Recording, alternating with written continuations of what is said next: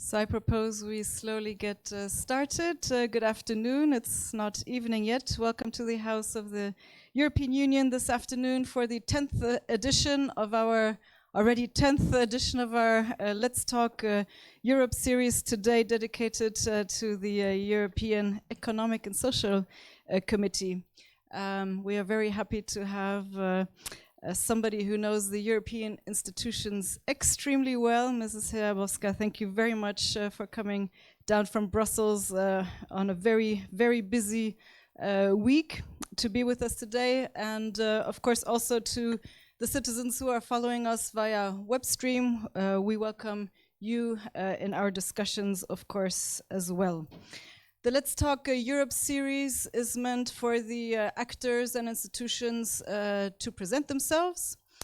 We know that we have a very complicated setup and functioning of the European Union, and we want the citizens ahead of the European elections to understand better who does what in Europe. I think we very often talk about the European Commission, about the Council, about the European Council, about the European Parliament. We know more or less how they work, even though even that's complicated, but we less often hear about the two advisory bodies, which is the European Economic and Social Committee and also the Committee of the Regions. By the way, tomorrow evening we'll be having the President of the Committee of the Regions, Karl-Heinz Lambers, with us. So you're welcome also to attend that conference. So the European Economic and Social Committee is a consultative body that represents organized civil society, and I think that's why for us also it's extremely important to know what they are doing, because they are, if you want, I think, a bridge between the EU's decision-making institutions and the European citizens. And not to forget, and I think we often do forget, that the institutions that do make the decisions, they need to consult this body. So the advice needs to be taken into account. So how all of this works? The added value of this committee in the institutional process, that is what we will be talking about tonight. And when one looks at what the EESC does, I'm very surprised that they actually let you come to Luxembourg today, because when you look at what is actually happening in Brussels and probably elsewhere this week, organized by the EESC, it's quite amazing. I think today is the European Citizens Initiative Day. I think also for the European Commission this is extremely important, this instrument of participatory democracy. The first Vice President and Commissioner Frans Timmermans was there today to engage in these discussions on the European Citizens Initiatives and how to improve them in the future.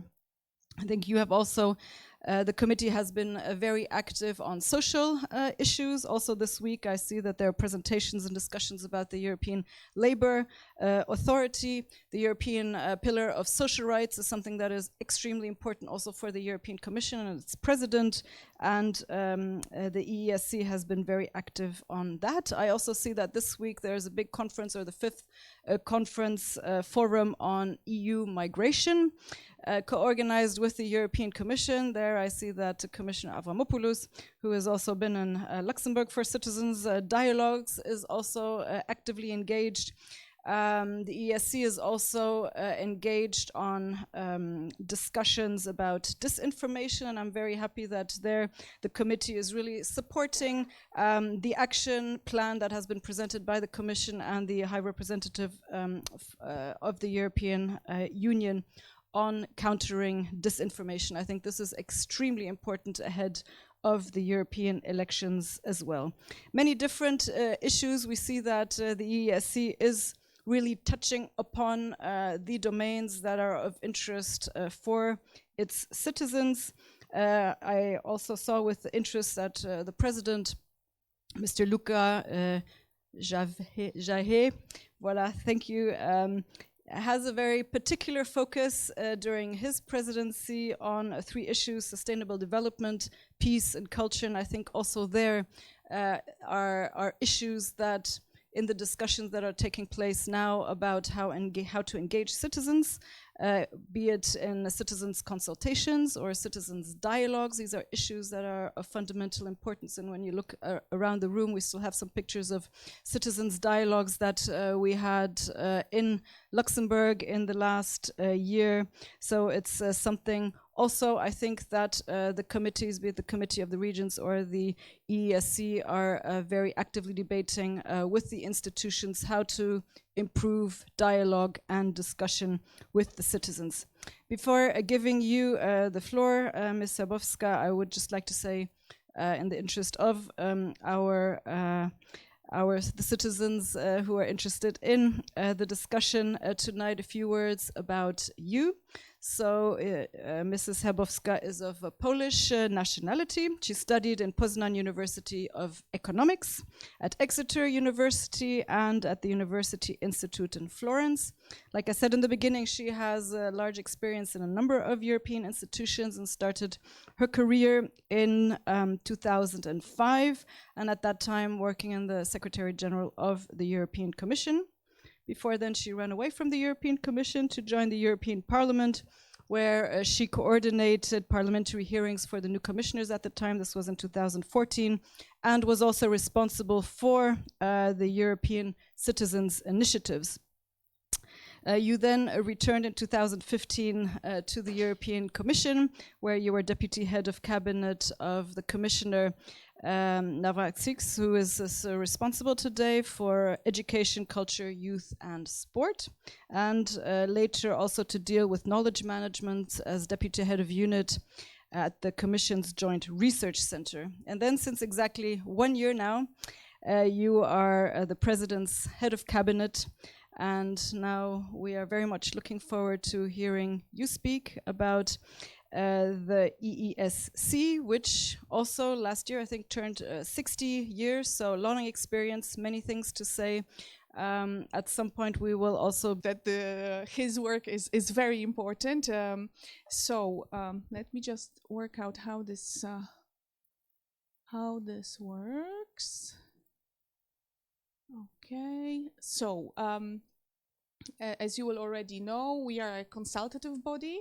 Very often we call ourselves European institution, but the correct name is a consultative body together with the Committee of the Regions. And as you might also know, we represent European civil society, and the Committee of the Regions represent the regions, so the local and regional authorities. And as has already been said, the European institutions, when they make legislation, they are bound to consult the two committees.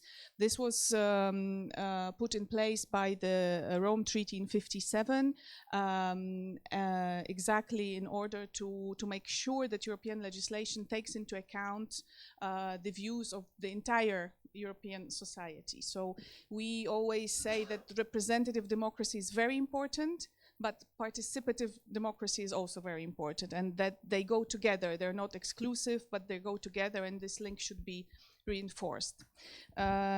So, and by the way, last year, 2018, we celebrated our 60th anniversary, which if you count, you might be a bit perplexed because it was 57, the treaty, but we counted from the first plenary session that we held. So that's why it's 60 years in 2018. Voila, the institutions are assisted by the committees.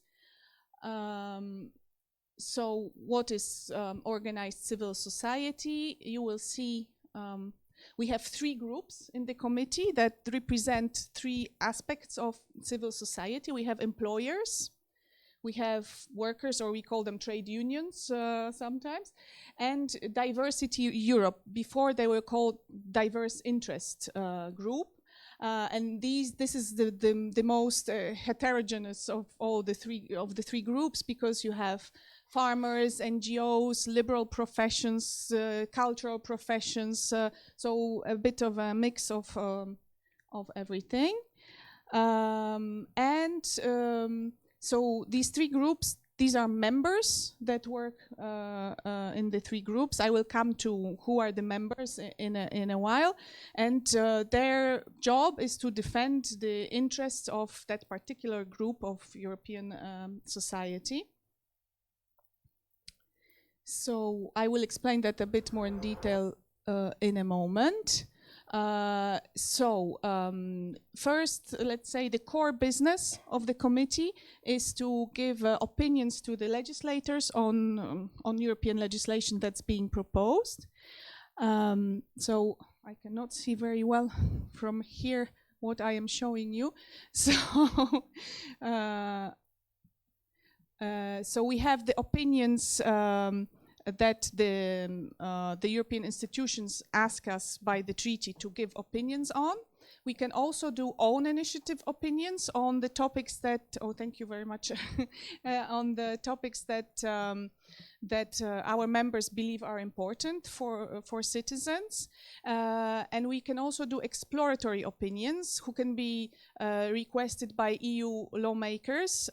So very often what we do are exploratory opinions by the council, for the council presidencies. So what happens is when there's a new, you know, every 6 months there's a new council presidency. Now we have Romania. So when they first came into office, they asked us for a series of opinions on topics that are important for their presidency. And also, for example, the Commission, Mr. Timmermans, Vice President Timmermans, recently asked us for an opinion on his new paper on sustainable development. So we deal with a variety of important issues. And I would like to show you a short video of how our opinions are made, which is much more fun than if I tell you about it. It's got little drawings. I was told that it would play when I change the slide.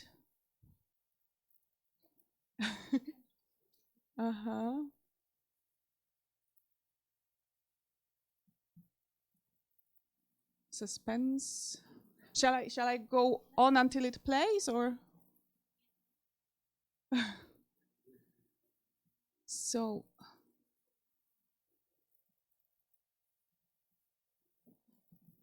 okay, so, so maybe I just, oops, wait. So in the meantime, you can see that we have 9 plenary sessions per year. So we have a plenary session almost every month. Of course, during the summer, we don't have one. And okay, I think the video will be playing now. Okay.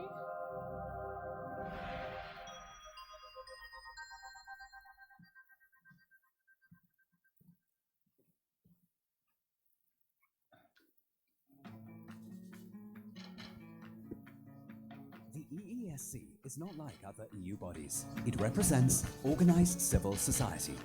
EESC members represent employers, workers, and various interest groups such as farmers, professional associations, youth organizations, women's groups, consumers, and environmental campaigners, to name just a few. Through its opinions, the EESC helps to ensure that EU policies are more effective and genuinely reflect the needs and concerns of EU citizens. Let's take a closer look at how an EESC opinion comes to life. The European Parliament, Council and Commission are legally obliged to consult the EESC when passing new laws on a wide range of topics. So they send their legislative proposals to the EESC. The EESC also puts forward topics for opinions on its own initiative. The EESC Bureau decides which of the 6 EESC sections or the Consultative Commission on Industrial Change are to be responsible for a given dossier. Each section and the CCMI focus on a different EU policy, such as Economic and Monetary Union and Economic and Social Cohesion, ECHO section, Single Market Production and Consumption, IND section, Agriculture, Rural Development and the Environment, NAT section, External Relations, REX section, Employment, Social Affairs and Citizenship, SOC section. Transport, Energy, Infrastructure and the Information Society, 10 section. And Industrial Change, CCMI. Once a topic has been assigned to a section or to the CCMI, a rapporteur and study group composed of members with the appropriate interest, background and expertise will be appointed. Their task is to draw up the opinion.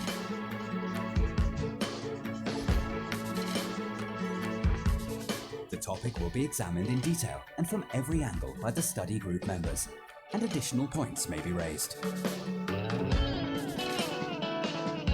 rapporteur takes all the research and feedback into account, juggling all aspects of the issue and information available, and then drafts a first version of the opinion.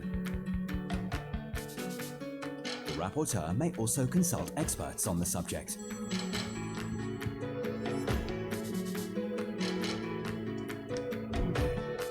Or organize public hearings.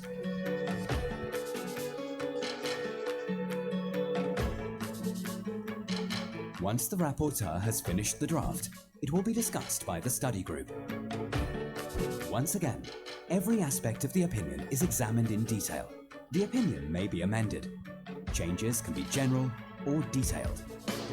In some cases, the members of the study group may have different views. These are discussed in detail and taken into account. The opinion will be modified further until a consensus is reached. After discussion, the rapporteur is ready to present the finished work to the entire section, who will then debate and vote.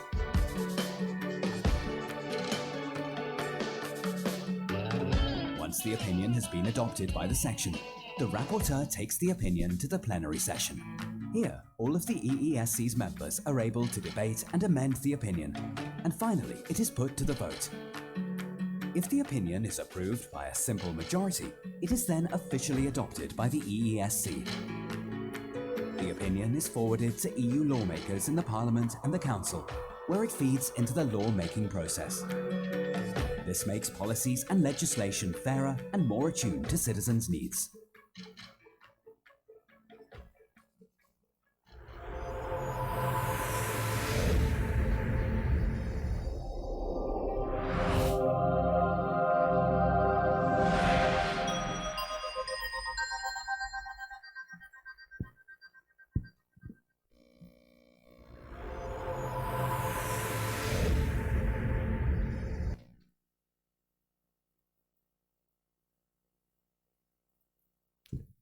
Okay, so I hope you enjoyed that.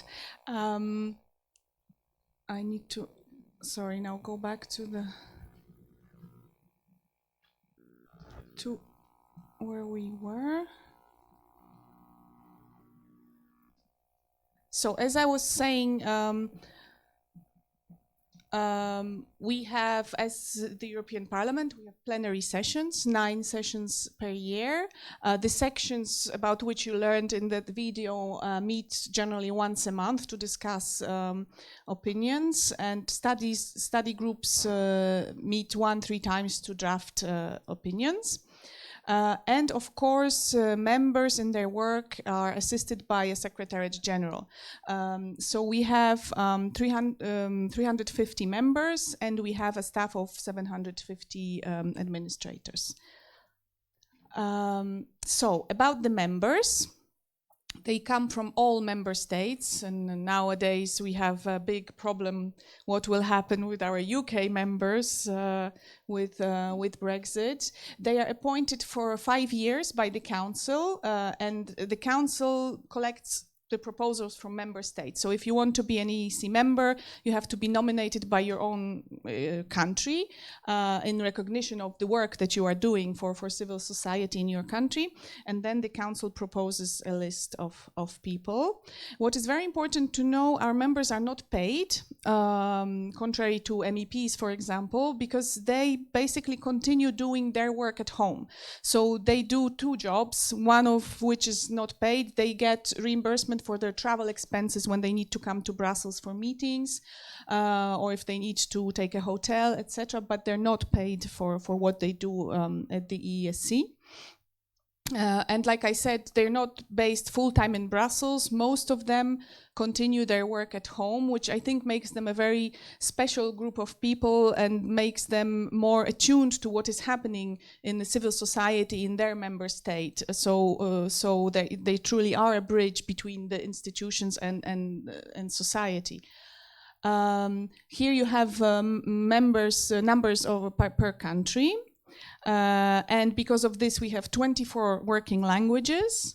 Now I'm going to, later there's a whole slide on how we deal with all these languages, but that's maybe less important for you. So the committee has its presidency. So it's always 3 people, the president plus 2 vice presidents.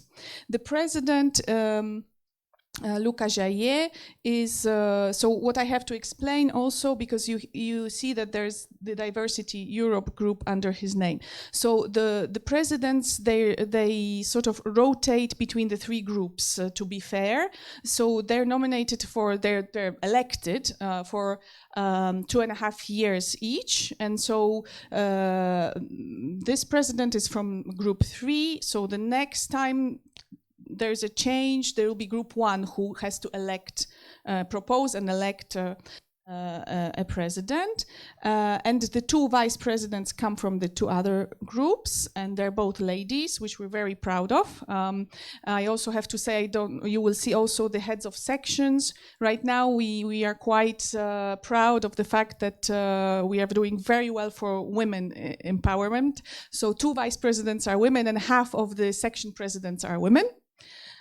And my boss always says that he's very proud because I'm the first female head of cabinet in this institution. So just for those who might be interested in how things are going in the institutions in terms of equality for women. So we have a vice president for communication, Isabel Caño, and vice president for budget, Milena Angelova, one from Spain and one from Bulgaria. So as I was saying, we have 3 groups, and the whole idea of how the committee works is to build consensus between these 3 groups. So what we present to the institution is representative of the whole, if we can say so, European society. So we have here we're doing less well on the female quota, but it's because our second group president has recently changed. It was a lady, a German lady, who is now running for the European Parliament. So that's why we have 3 men now. And there you have explained a little bit what each group is. We have 6 sections, as you saw already in this little video. So the sections are policy oriented. They each work on a specific policy area. And you will see here the various sections. So you cannot see, there's also CCMI, which is a strange body, which is almost like a section, and the president of that body is a woman. So you will see we deal with a vast variety of issues: economic and monetary union, single market, transport, energy, external relations, agriculture, sustainable development, social affairs, because we also have other working bodies who are exactly focused on issues that we think are very important. So you have the Industrial Change Commission, European Semester Group, Single Market Observatory, Sustainable Development Observatory, and this observatory is doing a lot of work lately because this is an issue that we attach a lot of importance to. Labor Market Observatory, and the Liaison Group, which is a body which is comprised half of members of the committee and half of civil society, other civil society organizations and networks. So why do we need the ESC? I think if you saw a little bit what I presented here, it is clear that the ESC can act as a real bridge between the institutions and society by the very nature of its members and also by the nature of the work that we do, making sure that all interests, all aspects are represented in the legislative process. But there's more to us than just the opinions and the legislative process, which I will, if I have a bit of time, touch upon later. We have the interest groups which have a formal say on draft EU legislation. As I was saying before, the importance of participatory democracy, and that we deal with all topics affecting your daily life, anyone's daily life. So employment, health, farming, fight against organized crime. We have also now special groups. We have, for example, recently put in place a group on fundamental rights and rule of law. So any topic that is important now on the European agenda, we normally deal with. So are we a lobby? No, because as I said, we represent all points of view. So one of our aims is to present a balanced approach to the European institutions. Voila, consensus between diverse interests. So that's okay.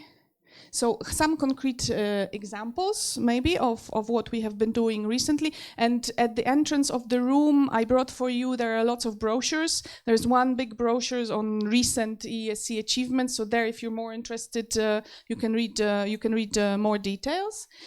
So we participated very actively in the dialogue on the future of Europe.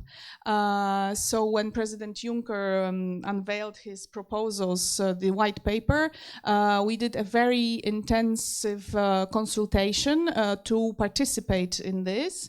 We did 27 national consultations in member states, and we consulted 1,000 organized civil society representatives. So we do not go to particular citizens, but we consult with the civil society organizations.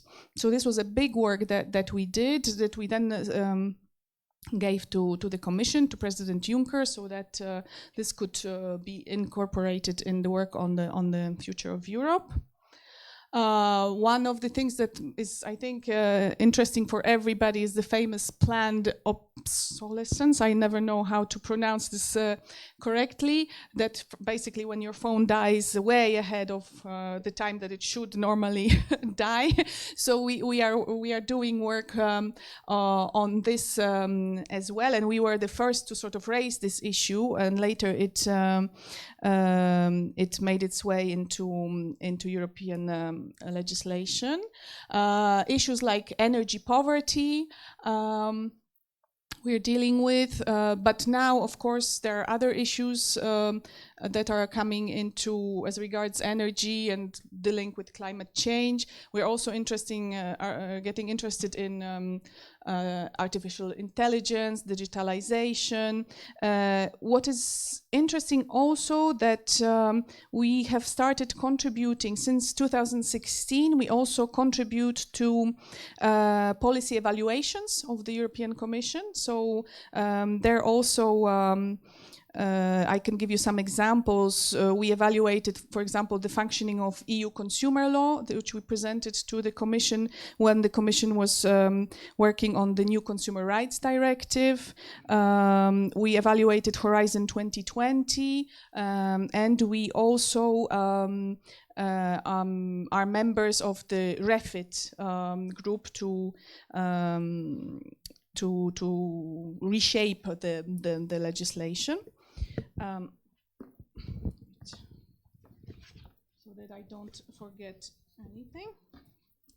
So, but of course, we do other work also which is maybe less linked to legislation, but being a body that does not produce legislation can have its minuses, but also has its pluses. So we are also a bit more free to express our opinion coming from the member state civil society problems that come through our members, and organize events to highlight what is important right now.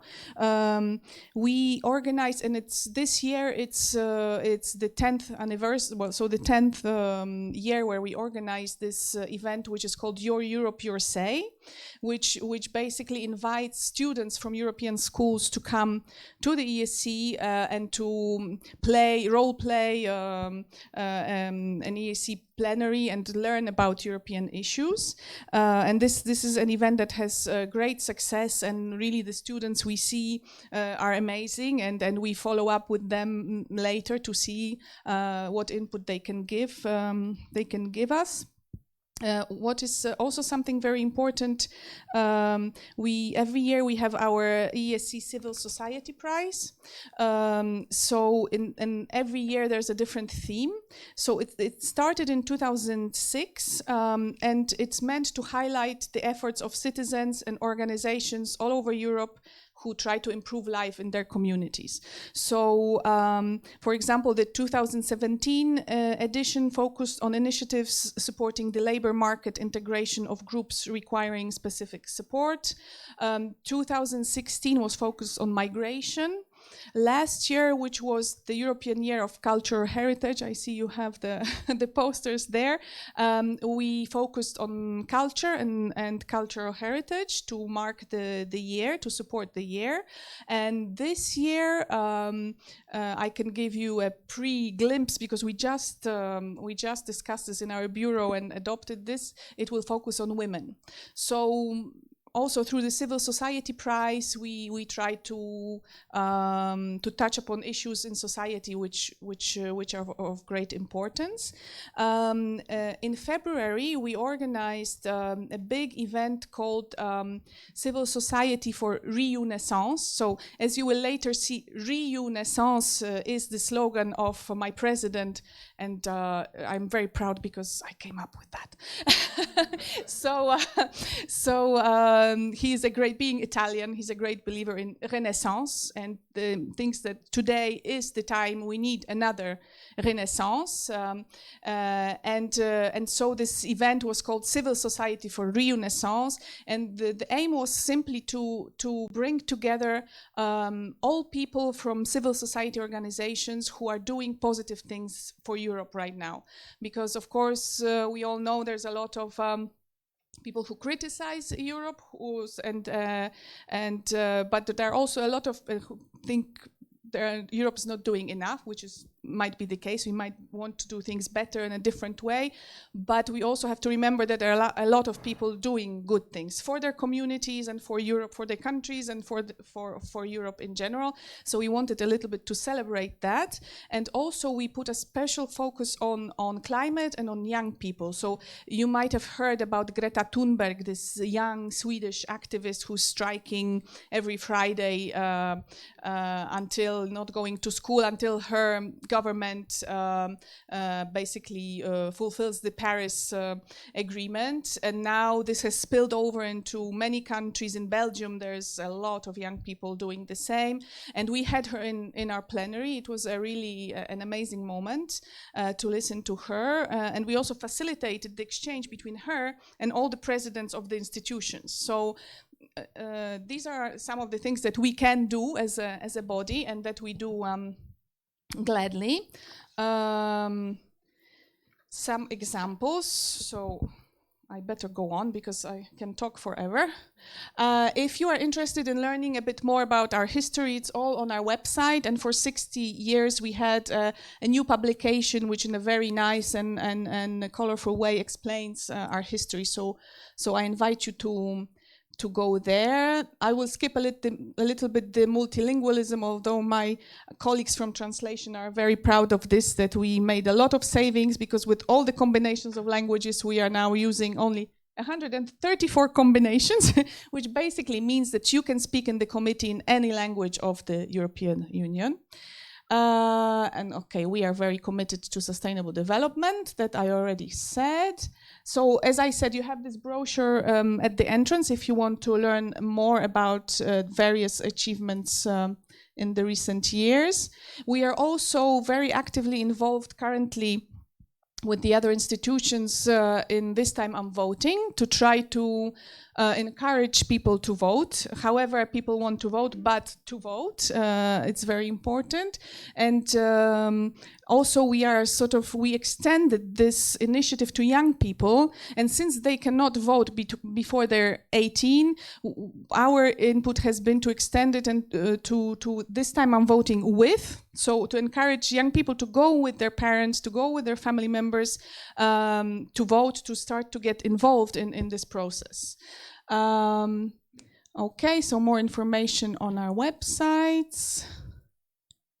And here's where we are in Brussels. If you come to Brussels, please visit us. We're very open, and we have always groups of visitors, and you can participate in our various bodies. You can participate in the plenary to get an idea. Okay, wait, can we stop this? I'm not ready yet. Okay. So this is about a very general introduction to the ESC, and of course, if you have any questions, I'll be happy to answer. I hope I can. I'm not an expert on everything we do, because we have specialists working on in each sector. What I wanted to say a few words about is the current presidency. So President Jair entered into office in April 2018 for a 2.5-year term. And every president has the possibility to set a little bit the agenda, to say what's important for him.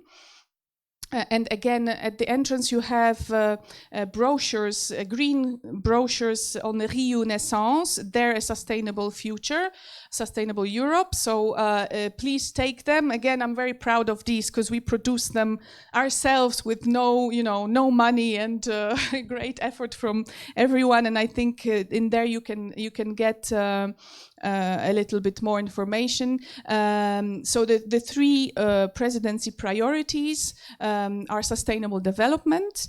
And here the president always says that we already have an agenda for the future. So everyone is looking what can be a unifying agenda for the future of the European Union. We already have it, the sustainable development agenda. If we try to implement this agenda, it is so all-inclusive, and everyone can find something for themselves in this agenda, that this could be a unifying force for the nearest future for the European Union. Culture is a big theme for my president, and we're working on a lot of very interesting projects. Again, if you go to the website, you will see there is a part dedicated to the president. There you can see all the various projects that we're doing, including on culture. And here the idea is very simple, that the intercultural exchanges are again a unifying thing. And we all come with our various cultural backgrounds, and if we manage to discuss and we manage to exchange, this can be a very motivating and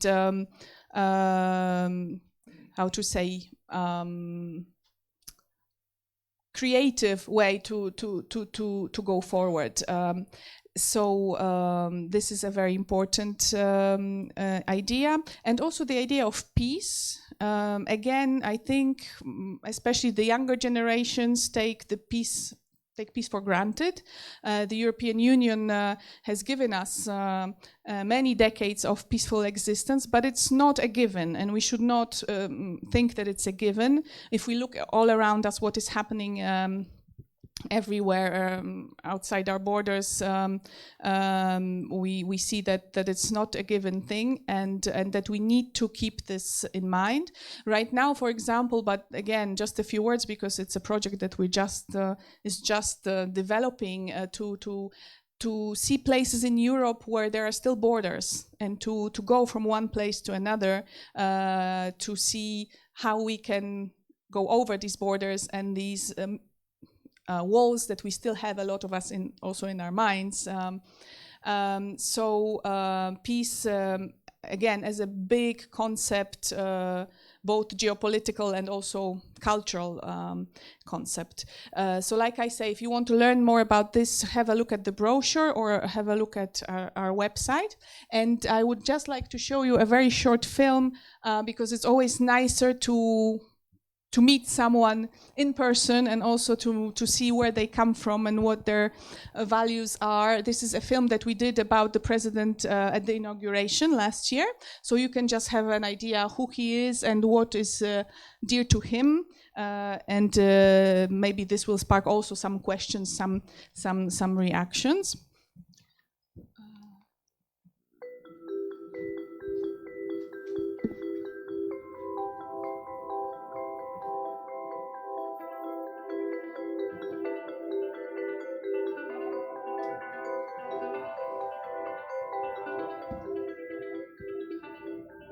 Non esiste nessuna civiltà che possa sopravvivere e guardare con coraggio al suo futuro se non ha un senso proprio della memoria.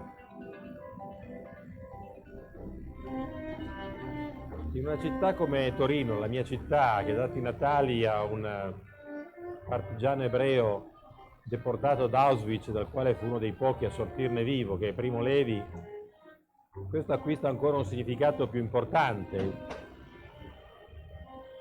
Il Primo Levi scrisse nel suo ultimo libro, che fu il suo testamento spirituale, una frase lapidaria: è accaduto, dunque può accadere ancora. La memoria non è soltanto monito, ma è anche alimentazione di energie buone per il futuro.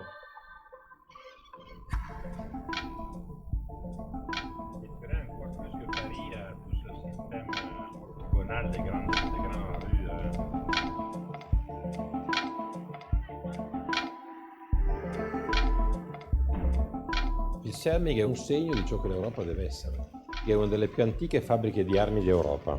È un gruppo di giovani che pensavano di cambiare il mondo non avendo neanche mezza lira, lo hanno preso senza soldi e lo hanno trasformato in un arsenale della pace, in una casa della speranza, che è un centro pieno di giovani, che accoglie, che crea iniziative di imprese, che crea cultura, che crea coesione, che crea futuro. Questa casa è il simbolo del Rinascimento. Era un luogo di morte, è diventato un luogo di pace e di vita.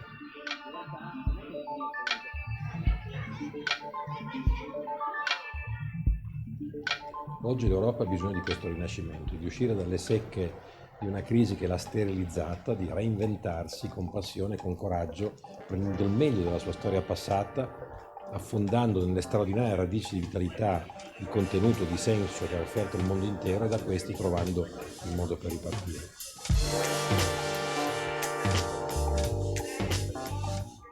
Le rôle du Comité économique et social européen est le même, reste le même depuis 60 ans. Être un pont avec la société civile structurée européenne, capable de faire entendre la voix et l'expertise d'une Europe au travail, représentée par entrepreneurs, travailleurs, agriculteurs, professions libérales et tout le reste de la société civile qui dessine chaque jour une Europe qui innove et qui crée son avenir. Je veux faire compter la force, l'expérience, la richesse et la diversité qui est représentée dans cette maison pour donner une contribution incontournable en ce moment crucial pour l'Europe, pour un agenda de croissance soutenable pour l'Europe de demain, qui doit se baser sur une refondation du valeur de la paix qui est mis radicalement en question, qui a besoin d'une nouvelle narration basée sur la force et sur les valeurs qui se trouvent dans la culture et qui doit avoir la capacité de remettre au centre un protagonisme, un levier de changement qui sont les jeunes.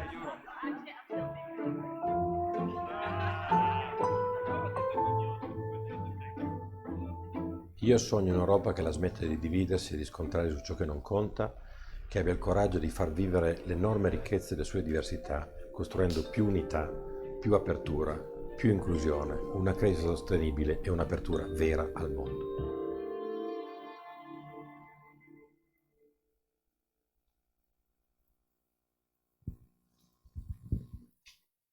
So he says it much better than me. I hope you enjoyed that. So this is it for me in terms of presentation. And of course, if you have any questions, I'm very happy to answer them.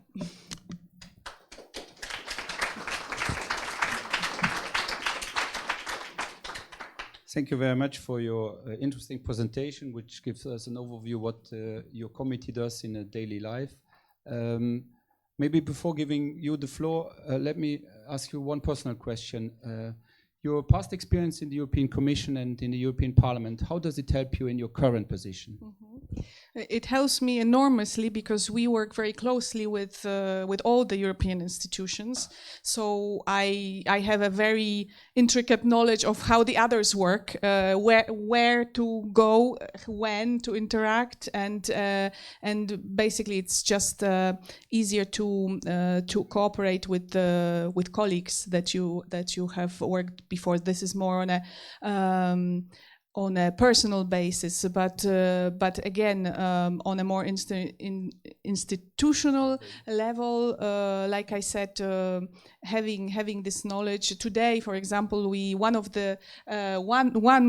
thing that the director didn't mention when she started was that we were also with the president at the AFCO committee of the Parliament today, discussing citizens consultations, which is again a different big interesting topics, and the European Parliament wanted to listen to us, to what we have been doing so far and where we think we should go with all these consultations. So we work with all institutions on a daily basis, and having a practical experience and also theoretical experience of how it works is really helpful. And on a personal level, I just really enjoyed that because I think it's very often in the institutions, everyone has got their ideas, their way, their place in the process.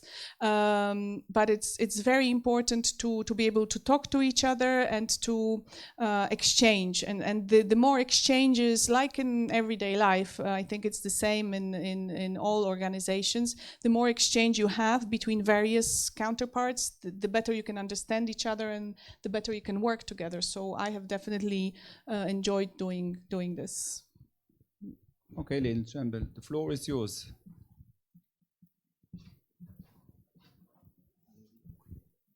Hi, good afternoon. I have actually two questions which are linked, but just one very preliminary, which struck me. Between all your committees, you had like 6 or 9.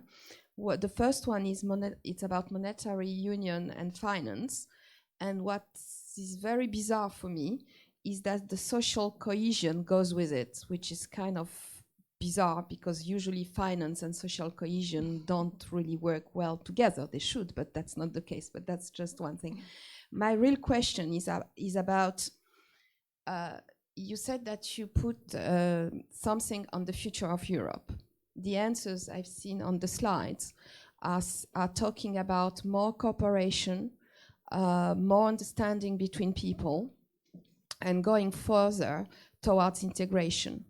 Now, what we hear from the institutions is the opposite, is that they don't want to talk about integration, they don't want to talk about federalism because everybody is afraid of populists. So they put first the flag, the council, and then the European institution aside. And obviously, from your survey, the European citizens are saying the opposite. So how do you reconcile that? And coming with that goes one as a question. People who are representing us, you're talking about youth. Where are they?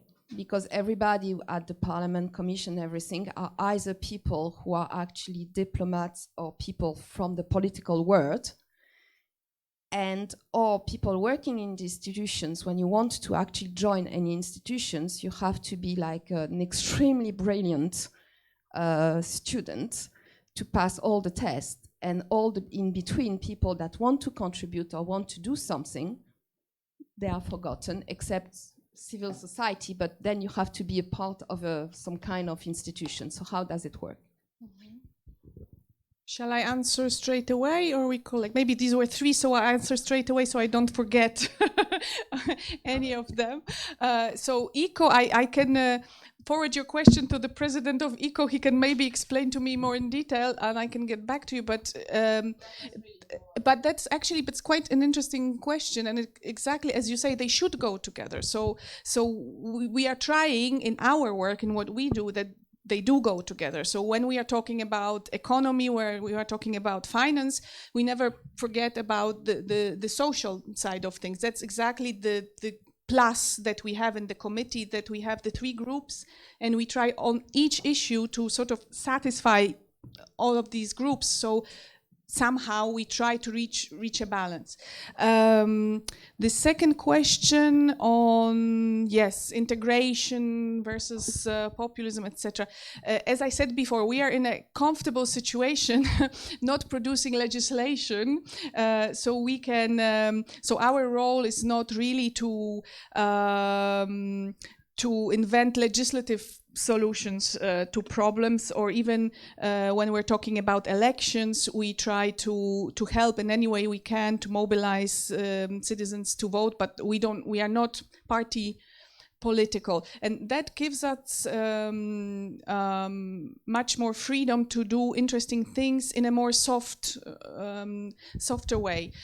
So for example, when we did when the Commission launched last year the big citizen consultation, the opening was at on our premises, and we hosted citizens from all 27 member countries who were selected via special method, Eurobarometer method, to represent European population, and they proposed 12 topics on which to work, and today at AFCO committee the council was also presenting what came out of the Macron consultations, and more or less the citizens in all these consultations are saying the same things, that they want to be safe, so they want safe borders, that everyone deals with migration, but they don't want separation, it seems. So I think there's a different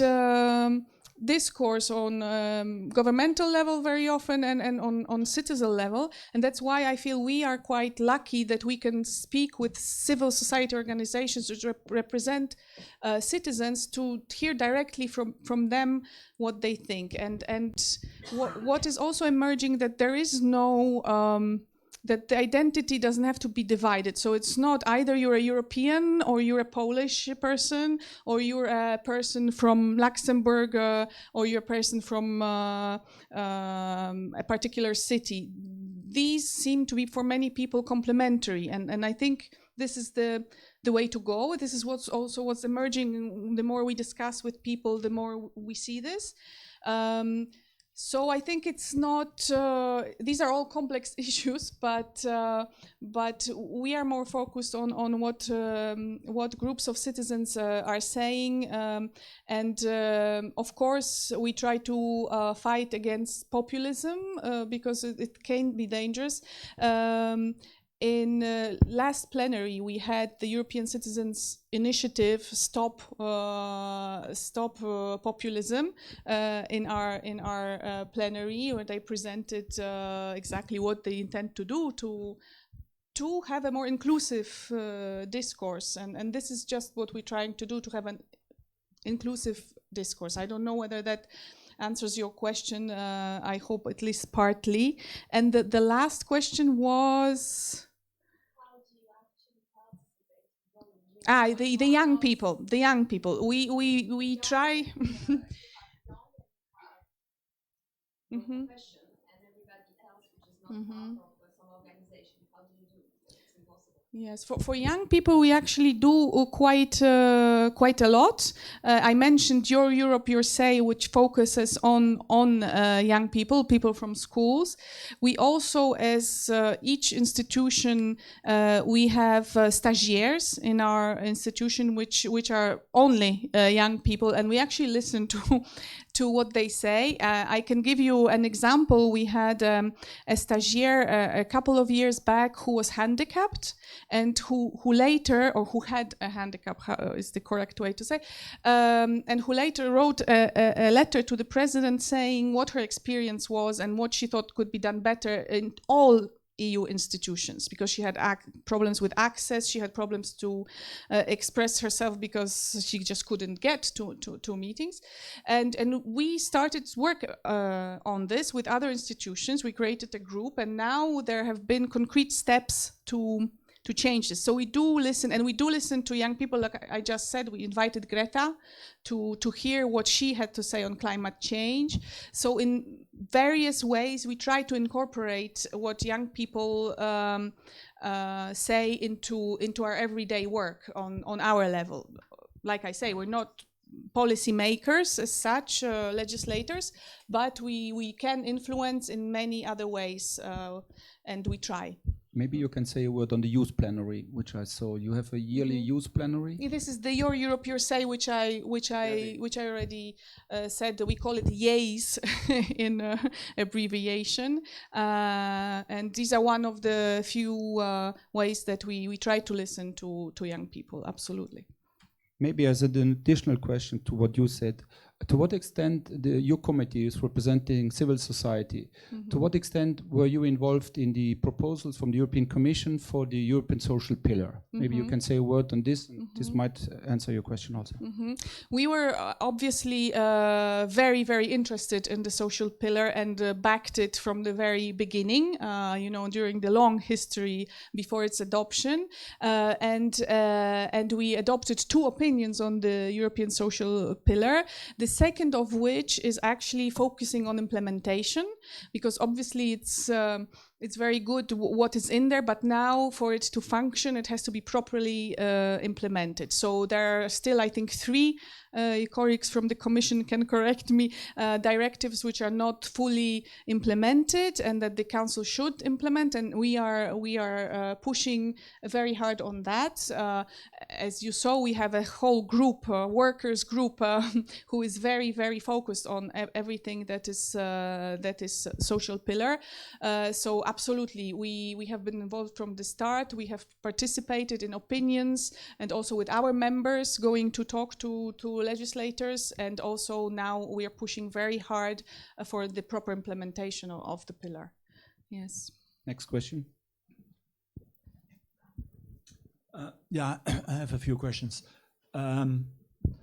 Is there a vetting procedure of the members? That's to say, the countries, they sent you 21 or 25 or 20, I don't know how many people.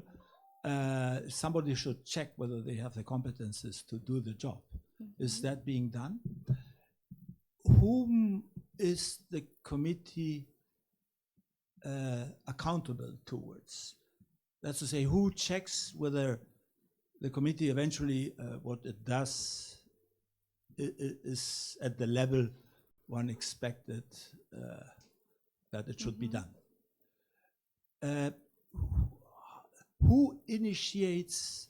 Who has initiative? I mean, if you give an opinion or an advice, is it your initiative or is it the Parliament or the Commission? I mean, who takes the initiative? And the last question is, if once you have given your advice or your opinion, and do you get a feedback? If they don't care, I mean, if they care, I mean, do they tell you something, or are you just there in a limbic state and enjoying life?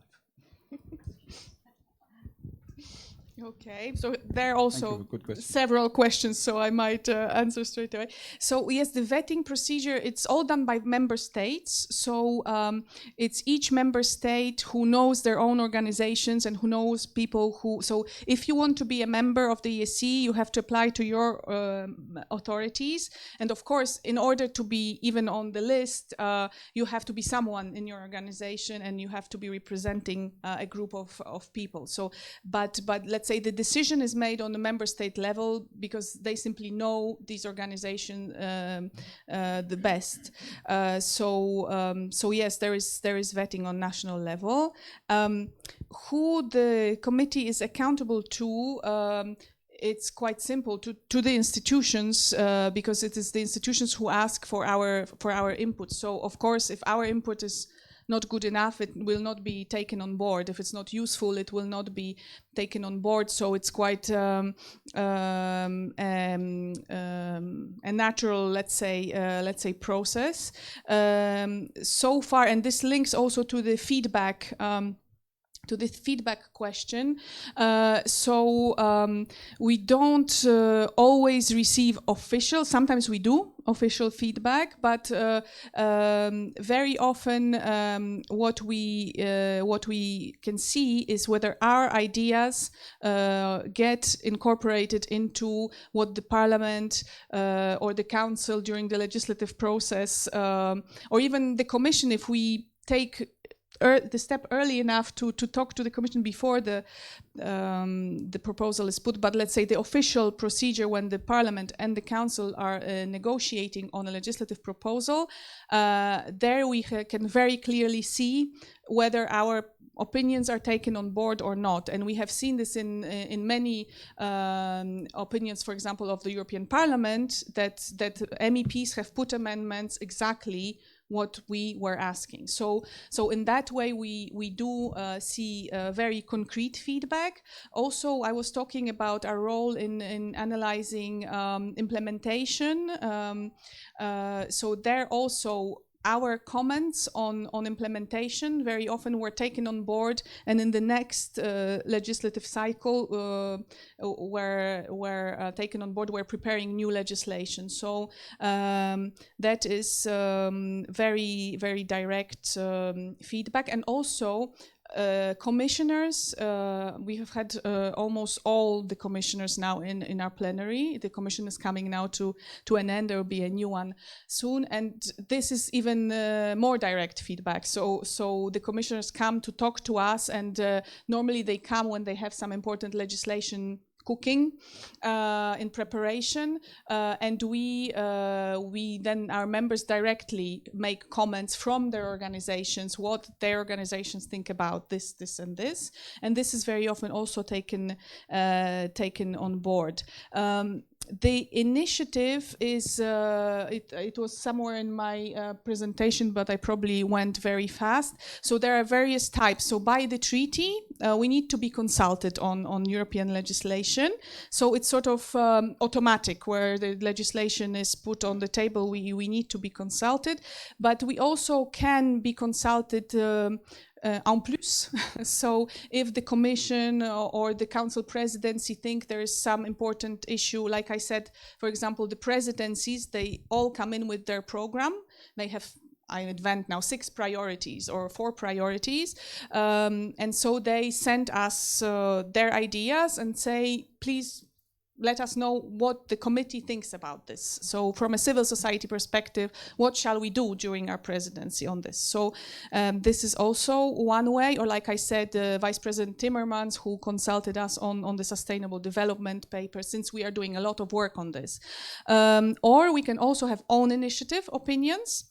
And there, of course, the procedure is much less straightforward. What we have tried to do in the last years is to be much more coherent in what we present as own initiative opinions, because of course if you have a lot of members and each of them is an expert on something, they all want to present an opinion on their topic, which to them is the most important, which is understandable. But of course as an institution we need to also have a coherent approach. So in the last years is how we tried to deal with this. For example, right now, this year, own initiative opinions are guided by the fact that we need to give input to European leaders for the Sibiu summit, for the then new commission that comes into place, what we think should be the new commission agenda.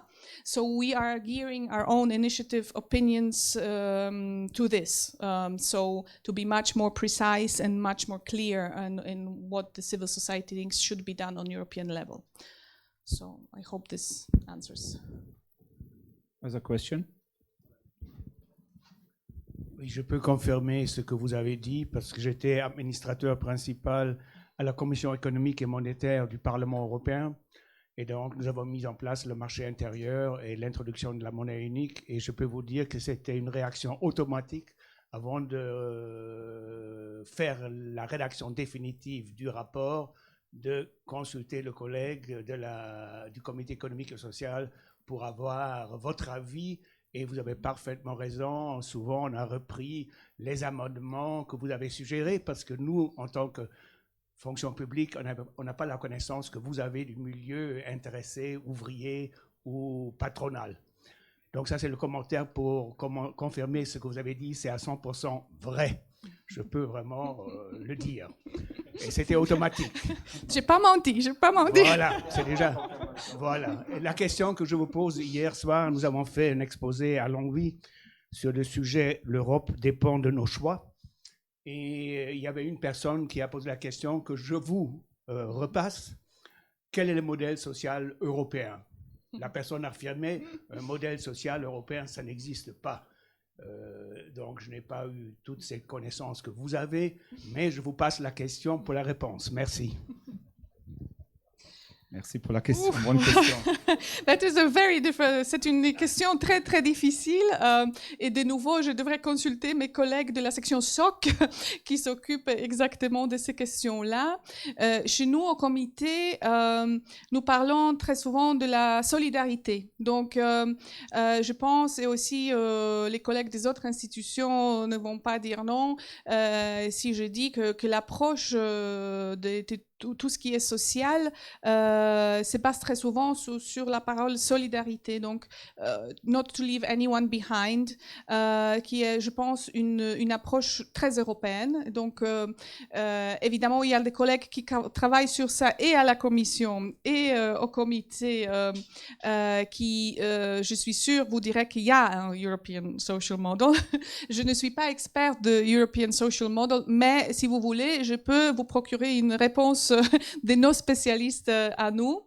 Mais moi, je ne serais pas d'accord avec la personne qui a dit que ça n'existe pas, parce que je vois chaque jour dans les travaux de toutes les institutions qu'on se penche dessus vraiment sérieusement. Et si vous regardez des autres continents comme l'Amérique du Nord, par exemple, vous constatez que quand même, on est très différents au niveau de social model, si je peux le dire. Donc, je pense que ça existe. S'il y a une définition précise, je pourrais voir avec mes collègues qui sont experts. Il y a un premier début, je crois, avec le European Social Pillar. C'est la charte sociale européenne. Voilà, aussi. Donnez la réponse précise. Quel est le modèle social européen? Quand une personne de la sidérurgie affirme ça n'existe pas, il y a une multitude d'aspects qu'on peut souligner, mais donner une réponse ciblée, pardon, c'est très difficile. Donc, je ne vais pas répéter parce que j'espère que vous l'avez entendu. Autre question?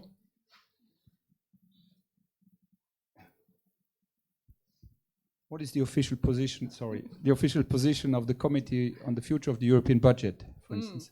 So in one word, it's 1.3. So we want more funds for the policies to be carried out as we think they should be carried out. So we're completely aligned on this with the European Parliament, and sorry, Commission colleagues, we want more than the Commission wants to offer at the moment. So it's not 1.14, but 1.3 for us. This is the one-liner position on the MFF. More realistic, but not necessarily against the 1.3. Thank you. Yeah, you mentioned that the sustainable development goals are one of the priorities, and you yourself, you said that they encompass basically everything. So it's a very bad priority. Priorities means that you choose 1 out of 20, not 19 out of 20, which is the sustainable development goals. I mean, if you look at the 17, forget about the last one, which is irrelevant. The other 16, they cover, one of them is education, the other one is poverty, and so on, energy. They cover everything. why wouldn't it be much more challenging and interesting to say, let's solve one or two things, really, instead of putting everything into the basket? I know, consensus and all these things, but we need a little bit more, more meaningful goals. Otherwise, we're not going to do much. So what do you think about that? That's, again, a very difficult question. And I can only give you my answer on also based a little bit on what we are trying to do in the committee. But of course, as many people as you talk to about this, they will have, each has their own ideas.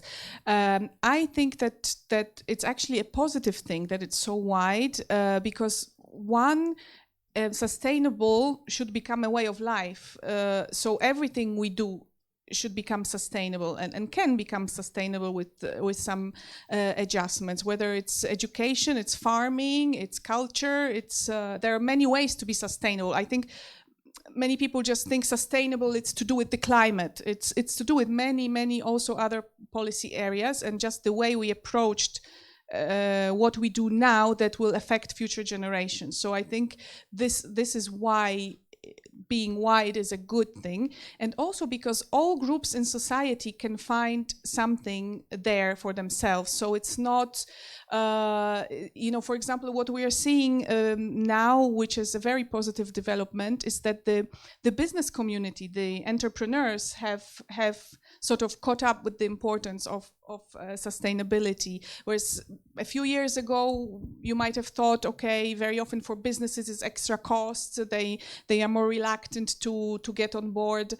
because of this. But actually now businesses have understood that it's the future, especially with all the changes. If you look at, the energy sector, if you don't go along with the sustainable way of doing things, you will be left behind. And you can see that already on other continents. China is investing heavily in this, and so we should also do. And businesses in Europe that have sort of adopted this sustainable approach are actually making profits. The same thing for banking. Many banks are now also realizing that they're financing sustainable projects. They're financing small projects done by people or groups of people. And actually they realize that while they might not make a huge profit on this, like they do on big business, it's always they get their money back, because small actors, they always pay their loans, and sustainable enterprises, civil society initiatives, they always pay back their loans. So banks are actually also catching up to this. So I think it might take a while, and I think. On the other hand, we are sort of giving more priority to certain issues. Environment now is so critical that we do something about it, not to finish off our planet, that I think everyone has sort of understood this and is on board. But while we are focusing on this doesn't mean that we cannot do positive actions in many other areas, which I think is the only way to go, really.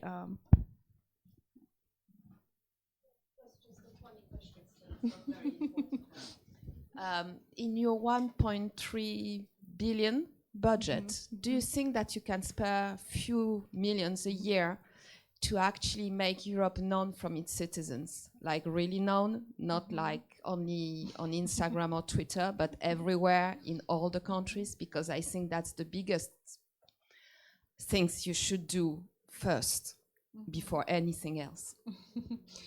There again, we're completely in the committee on your line. Our members, we organize very often what is called going local initiatives. So our members go to their communities, to their countries, and they speak about Europe. They speak about what Europe does. Our colleagues at the Committee of the Regions, and tomorrow the president, I hear, will be here, and I'm sure he can also speak to this, is also doing the same at the level of local and regional authorities, because that's who people know better, not the people in Brussels. So I think all of us are trying to to do this. This is not an easy task, but there is already a lot being done, and I think in the new Commission absolutely will continue this, and the Parliament. I'm talking about real marketing, the one that people see on the street. You know, people are spending billions for, you know, the last, I don't know, shirt or dress or car. You can do at least some of it, and it won't cost much, like on the adverts everywhere.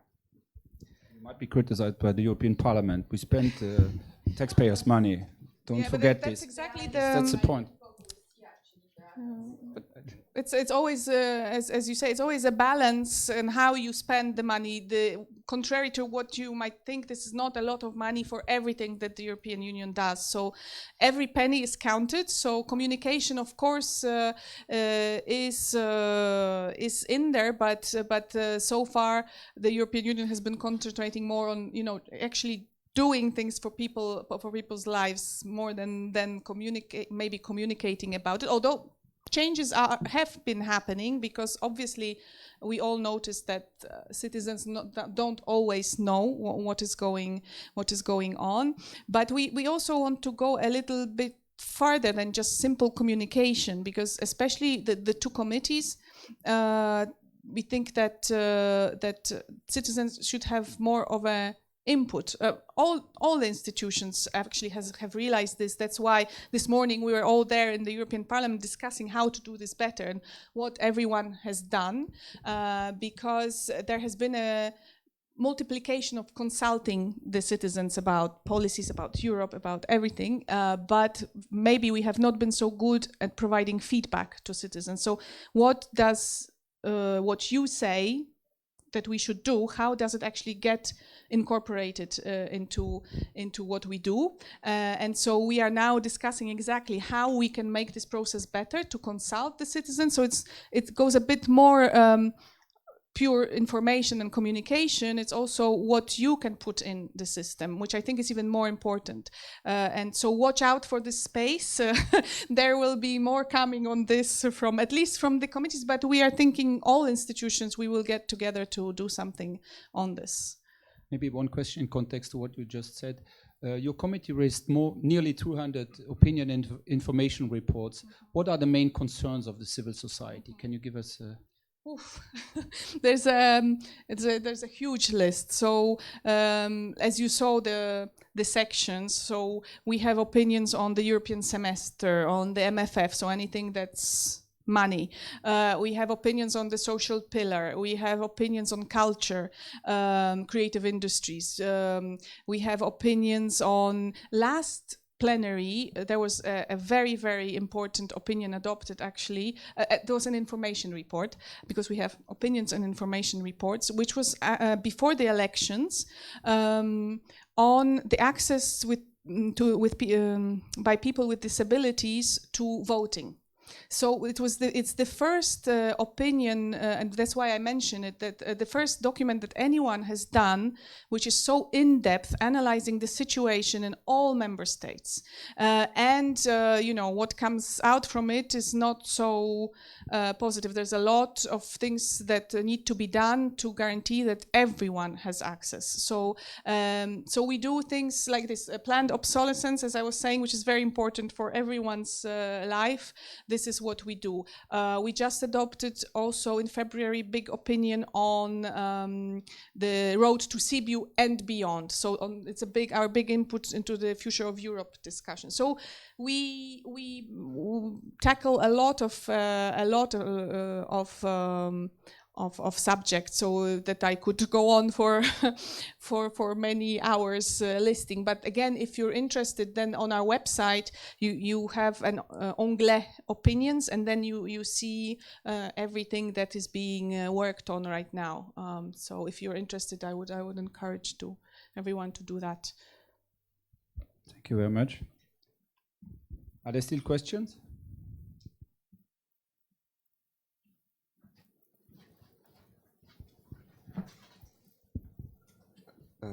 This is about global warming. What would be, in your opinion, the best way to tackle this problem on the EU level? Yes. So there again, I would start with Greta. I think she's very right that we first have to start respecting what we already agreed. Unfortunately, the Paris Agreement is not still where it should be. So all of this, even the COP, my president, for example, went to COP24 in Katowice, where an agreement was reached to how to start implementing various things. So first of all, we need to ensure that we stick to no more than 1.5% of, which is already too much. But already, if we could do this would be a huge first step. Apart from legislation, there's also changing people's minds. So again, if you look at the Greta, who is a perfect example of this, she basically imposed on all her family, they no longer travel by plane, they are vegan, and so on and so forth. So I'm not saying we should all start doing this drastically, but I think a lot of change is needed in the way we live, we work, and we approach various issues to make sure that we do it in a sustainable way. So I don't think there's one concrete way. Everyone needs to sort of contribute, and I think young people are doing a great job at sort of pointing out where the adults are not following up on promises. So I think we should just continue to listen to what the young protesters are saying and try to do our best, all of us. Okay. Thank you again in the name of the European Commission for your good explanations. Thank you very much for your attention. Next on the agenda here this week, tomorrow we have the presentation of the Committee of the Region by Mr. Karl-Heinz Lambert, who is president. And on Thursday evening we have the Code of Auditors, which will be presented by Henri Grete, Luxembourg member of the Parliament. Now I invite you to continue the discussion outside, and the Commission offers a drink. Thank you for your attention. Thank you from my side for your participation. Thanks.